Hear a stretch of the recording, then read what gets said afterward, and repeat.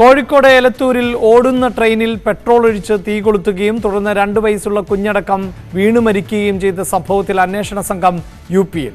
Railway special squad അംഗങ്ങളാണ് നോയിഡയിൽ എത്തിയത്.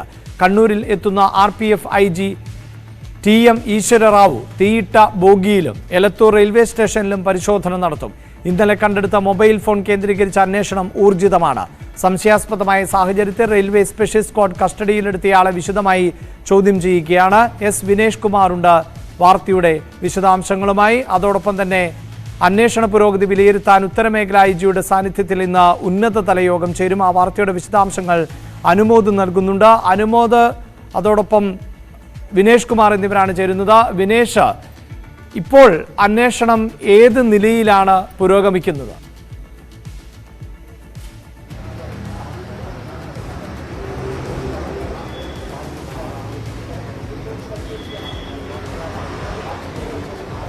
ഹലോ വിനേഷിലേക്ക് വരാം.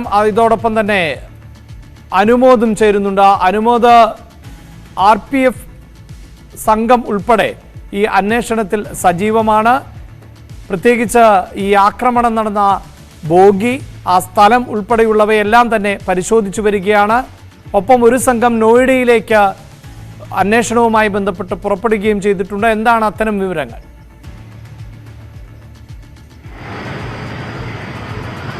അഭിലാഷ്, നമുക്കറിയാം കേരളത്തിൽ തന്നെ ആദ്യമായാണ് ഒരു റെയിൽവേ ബോഗിക്കുള്ളിൽ സഞ്ചരിക്കുന്ന ഒരു ട്രെയിനുള്ളിൽ ഇത്തരത്തിലൊരു അക്രമം നടക്കുന്നത്. ഇത് രാജ്യത്തെ തന്നെ ഏറ്റവും പ്രധാനപ്പെട്ട ഒരു കുറ്റകൃത്യമായിട്ട് തന്നെയാണ് റെയിൽവേ പോലീസ് കാണുന്നത്. അതുകൊണ്ട് തന്നെ വളരെ ഗൗരവത്തിൽ തന്നെയാണ് ഈ കേസ് എടുത്തിരിക്കുന്നത്.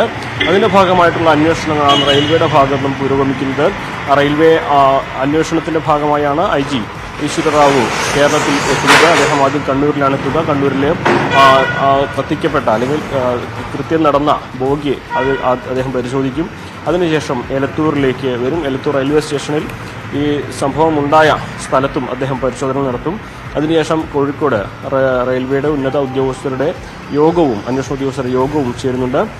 നമുക്കറിയാം ഇത് കേരളത്തിന് പുറത്ത് വേരുകളുള്ള അല്ലെങ്കിൽ കേരളത്തിന് പുറത്തേക്ക് വ്യാപിക്കാൻ സാധ്യതയുള്ള ഒരു കേസായിട്ട് തന്നെയാണ് തുടക്കം മുതലേ കേരള പോലീസും റെയിൽവേ പോലീസും ഒക്കെ ഈ കേസിനെ നോക്കിക്കാണുന്നത്.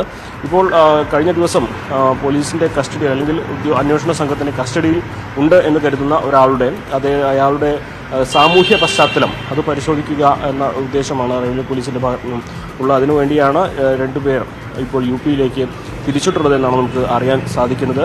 കാരണം ഈ അന്വേഷണ സംഘത്തിന് ലഭിച്ച ബാഗിലെ മൊബൈൽ സിം കാർഡുകൾ, ആ മൊബൈലിൽ സിം കാർഡ് ഇല്ലായിരുന്നെങ്കിലും ആ മൊബൈൽ ഓൺ ചെയ്തപ്പോൾ അതിൽ മുൻപ് ഉപയോഗിച്ചിരുന്ന സിം കാർഡുകൾ വിശദാംശങ്ങൾ അന്വേഷണ സംഘത്തിന് ലഭിച്ചിട്ടുണ്ട്.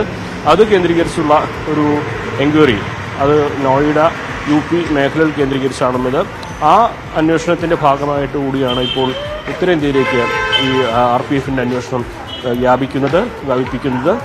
അതുപോലെ തന്നെ ഈ പ്രതിയെന്ന് കരുതുന്ന ആൾ ഒരു കാർപ്പൻ്റർ, അയാളെ കുറിപ്പിലുണ്ടായിരുന്ന ഒരു കാർപ്പൻ്റർ എന്ന തരത്തിലുള്ള ഒരു കുറിപ്പാണ് ഉണ്ടായിരുന്നത്. അയാൾ ചെയ്യുന്ന ഒരു തൊഴിൽ മേഖല അതുമായി ബന്ധപ്പെട്ടാണെന്നാണ് കരുതുന്നത്. ഇതുമായി ബന്ധപ്പെട്ട് കോഴിക്കോട് നിർമ്മാണ മേഖലയുമായി ബന്ധപ്പെട്ടും അന്വേഷണം നടക്കുന്നുണ്ട്. അപ്പോൾ അത്തരത്തിലുള്ളൊരു സാമൂഹ്യ പശ്ചാത്തലം ഈ പ്രതിയുമായി ബന്ധപ്പെടുന്ന അല്ലെങ്കിൽ പ്രതിയെ സംശയിക്കുന്ന ആളുമായി ബന്ധപ്പെടുന്ന എല്ലാ മേഖലകളും സമഗ്രമായിട്ടൊരു അന്വേഷണം നടത്തുക എന്ന ഉദ്ദേശമാണ് കേരളത്തിന് പുറത്തേക്ക് ഈ അന്വേഷണ സംഘത്തെ വ്യാപിപ്പിച്ചതിൻ്റെ 2 പേരെ അയച്ചതിൻ്റെ പ്രധാനപ്പെട്ട ഒരു ഉദ്ദേശമായിട്ടുള്ളത്. കസ്റ്റഡിയിലുണ്ട് എന്ന് പറയുന്ന ആളുടെ കൂടുതൽ വിശദാംശങ്ങൾ എന്താണെങ്കിലും ഇന്ന് ലഭിക്കും എന്ന് തന്നെ കരുതാനാകും. എന്തുകൊണ്ട് ഈ ഒരു കാലതാമസം എന്നതിൻ്റെ ഉത്തരം കേരളത്തിൽ ആദ്യമായിട്ടാണ് ഇത്തരത്തിലൊരു ക്രൈം ഒരു സംഭവം നടക്കുന്നത്. അപ്പോൾ അത് സമഗ്രമായിട്ട് അതല്ലെങ്കിൽ അതിൽ പഴുതുകളില്ലാത്ത ഒരു അന്വേഷണം നടത്തുക എന്ന ലക്ഷ്യമാണ് ഈ അന്വേഷണ സംഘങ്ങൾക്കെല്ലാം ഉള്ളത്. പോലീസും RPFും ATSും എല്ലാം ഈ ഒരു നീക്കവുമായിട്ടാണ് മുന്നോട്ട് പോകുന്നത്. എന്താണെങ്കിലും ഇന്ന് ഈ കേസിൽ നിർണായകമായിട്ടുള്ള വെളിപ്പെടുത്തലുകൾ അതല്ലെങ്കിൽ അതിൻ്റെ പോലീസിൻ്റെയും അന്വേഷണ ഉദ്യോഗസ്ഥരുടെയും ഭാഗത്തു നിന്നുള്ള ആധികാരികമായിട്ടുള്ള വിലയിരുത്തലുകളും വെളിപ്പെടുത്തലുകളും ഇന്നുണ്ടാകുമെന്ന് തന്നെ നമുക്ക് കരുതാം. അഭിലാഷ്. വിനേഷ്, നിലവിൽ ഈ കസ്റ്റഡിയിലുള്ള ആളെ വിശദമായി ചോദ്യം ചെയ്തു വരികയാണല്ലോ. മറ്റെന്തെങ്കിലും സൂചനകളിലേക്കോ മറ്റോ ഒക്കെ പോകാൻ പോലീസിന് സാധിച്ചിട്ടുണ്ടോ?